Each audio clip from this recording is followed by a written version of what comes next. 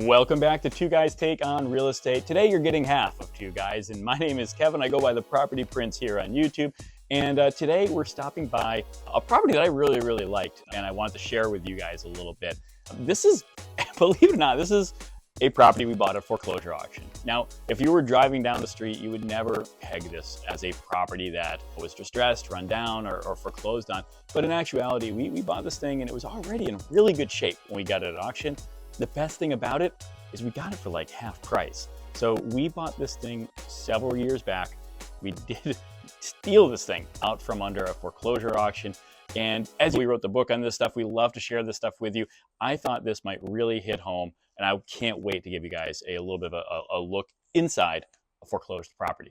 Let's go take a look. So believe it or not, I mean, I think as you can kind of look around, we didn't do a ton to this property. This still has a very historic feel to it. Hardwood floors, all original woodwork, the fireplace, built-ins, all this kind of stuff we didn't do. This was already here and part of the house and was in great shape when we took it over.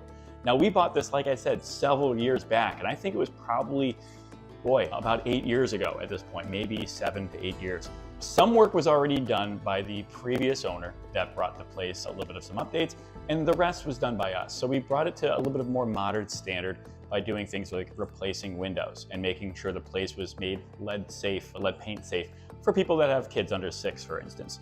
But all we ended up doing from there was some basic apartment style renovations.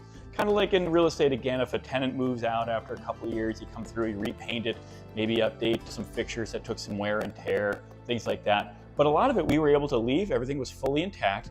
Sure, it was a little bit dated, but this is basically an historic style house. This place is well over 100 years old. And I'm just loving showing everybody this place because we didn't have to do a ton. This came from an auction already. Just by buying it and closing on it, we made money. Now, it wasn't in our pocket, it was in equity, but it's awfully similar. And when people today tell me, hey, listen, I'd love to know how to buy a house, but I'm so scared because everybody talks about how much you have to bid and go over asking price, and they're literally coming to the table with tens of thousands of dollars, and there's zero equity in these things when they buy them. We're showing people ways that they can do it in the exact opposite. We're showing people how they can do it with other people's money and with actual walking into a huge amount of equity. So that's one of the nice things I like to be able to show people, and I love this over here. Again, original build-ins.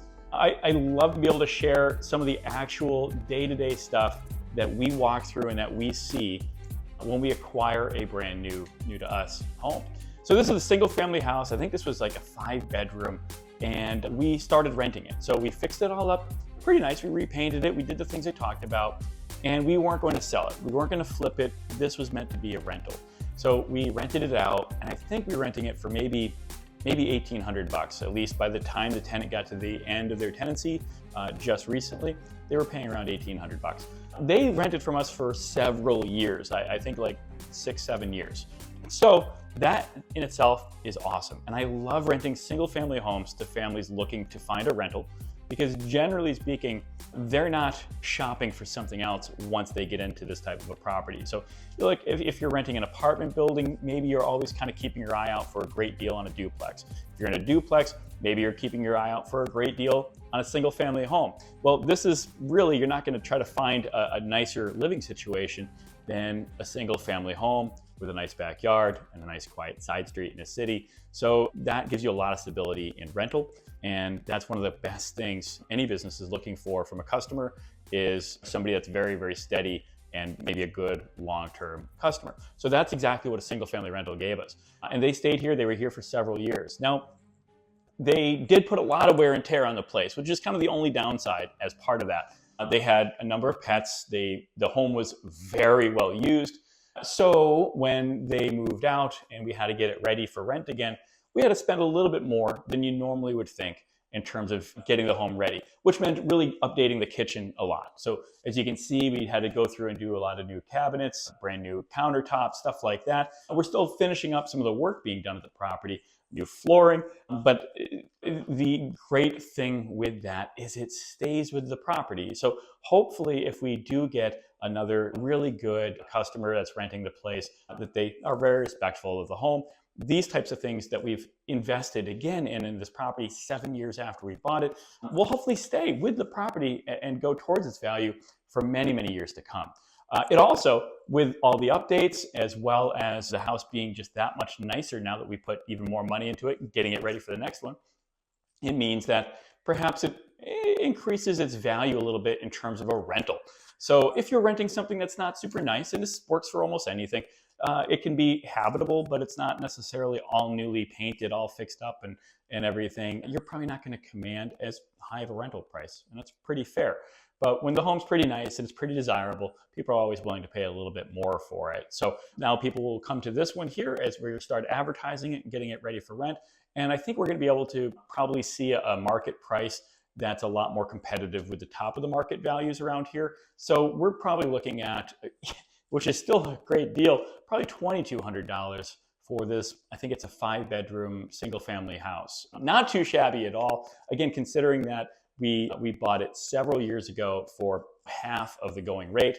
And yeah, we did some work on it the first time, but like any rental situation, you're gonna redo some renovations, do a turnover after your tenant leaves. So we're back to now having it ready for our second tenant. We're finishing up some of the work.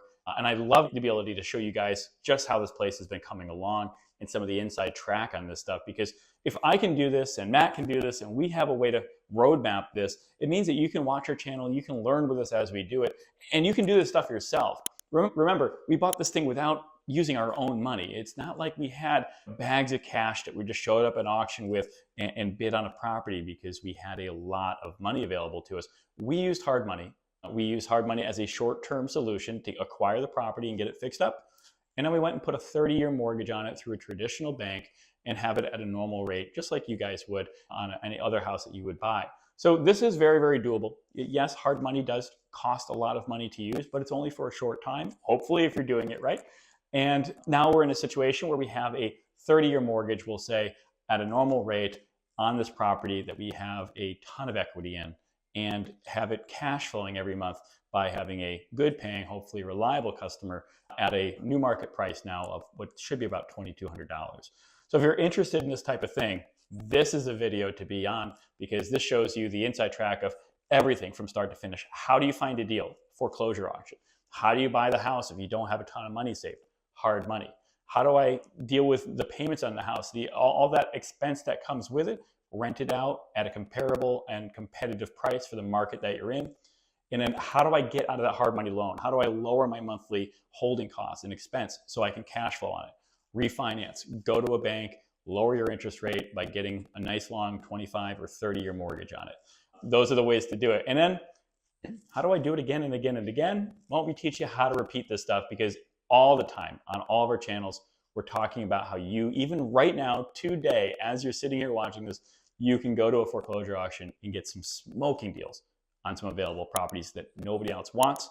Some need a ton of work, some need a little bit of work, and they can be turned into a property that you flip, that you and your family live in, that you and your family house hack with, or you and your family just hold it and use it as a rental. There's a lot of different options out there, and we like to be able to showcase all of them. So if this is something of interest to you, you definitely need to follow us here and make sure you watch some of our other videos. All right, let's see if there's anything else in this house that's worth checking out. What do you guys say? Let's go upstairs. So right here by the entry door, you get one bedroom on the ground level. The first floor of the house is off of the living room. This is going to be a perfect situation that if you don't need all of your bedrooms to be used as bedrooms in the house, this gives you the flexibility to kind of customize this, maybe make this your home office, something along those lines. Let's come around over the corner over here. Again, we walked right through the dining room. I was showing you the built-in.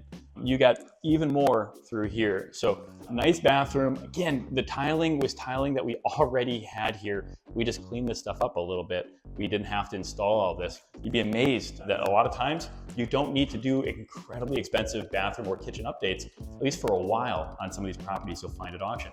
We have another bedroom on the first floor. So again, this might be perfect for somebody who needs a household that has maybe somebody that's elderly or somebody that can't use stairs to go up and down constantly from a bedroom. So a lot of different options. Let's go take a look upstairs. Let's see what we got here.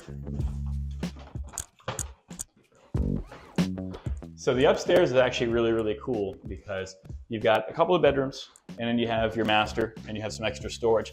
I don't think they would really count this as a bedroom, but I would absolutely, my bedroom growing up was bigger than this. See this really nice kind of slanted ceiling bedroom. There's no actual regular heat source in here, so what you have is a register that allows heat to flow up from the kitchen below. And that's actually really, really common in older homes, and again, this is what we had in my home as well growing up. So let's go take a look over here. In here, it's got some kind of unfinished storage. It's have an ocean of space in here that you can use for all your your attic type storage. Pretty nice. I mean, for a rental property, again, pretty significant. This would be one of the larger bedrooms on the upper floor here. Pretty straightforward stuff, a lot of windows, closet space, you name it.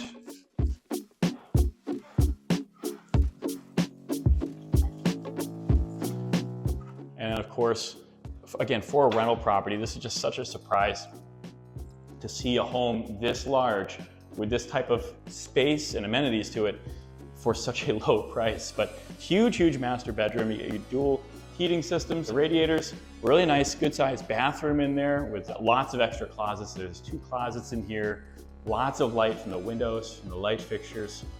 And it's not really a wonder, and there's a nice closet right there, not really a wonder why the previous tenant enjoyed renting here for so long.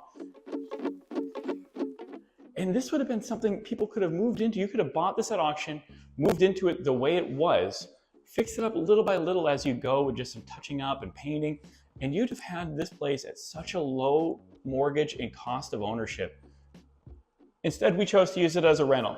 But the great thing about buying something drastically underpriced at a foreclosure sale is you get to change your usage of it whenever you want. You can buy it and start off living in it, fixing it up with Home Depot trips weekend by weekend, or turn it into a rental property later when you need to move out of state or move to a different style of home. So many different options and possibilities out there on how to do this stuff.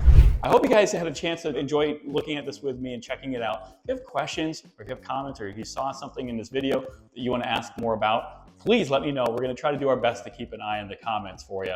And for the love of God, if you didn't hit the subscribe button by now, nothing should be holding you back from hitting that. And maybe share this video with a friend. We'd really appreciate it, and we'd love to see you back at our next video here at Two Guys Take on Real Estate.